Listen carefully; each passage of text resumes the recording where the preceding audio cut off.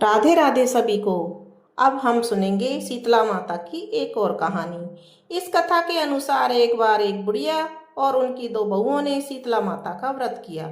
उन सभी को अष्टमी तिथि को बासी खाना खाना था। इसके चलते ही उन्होंने सप्तमी को ही भोजन बनाकर रख दिया था।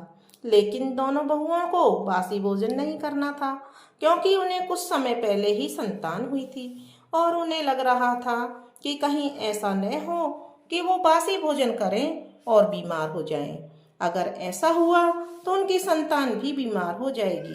दोनों बहुओं ने बासी भोजन ग्रहण नहीं करके अपनी सास के साथ माता की पूजा की।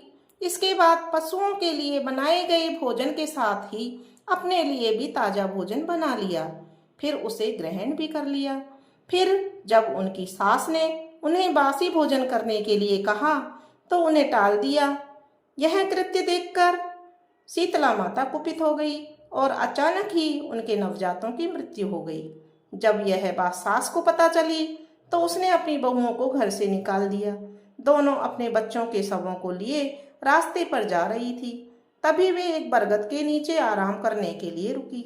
यहाँ पर दो बहनें थी जिनका नाम औरी और शीतला था। ये सिर में पड़ी जुओं से बहुत परेशान थी।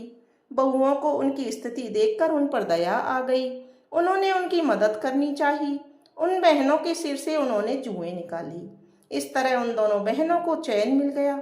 उन बहनों ने बहुओं को आशीष दिया कि तुम्हारी गोद हरी हो जाएगी। यह सुनकर उन बहुओं ने कहा कि उनकी गोद हरी तो नहीं हुई, लुट गई है। तब उनमें से एक बहन जिसका नाम शीतला था दोनों बहुओं को लताड़ लगाई और कहा कि पाप कर्म का दंड तो भुगतना ही पड़ता है।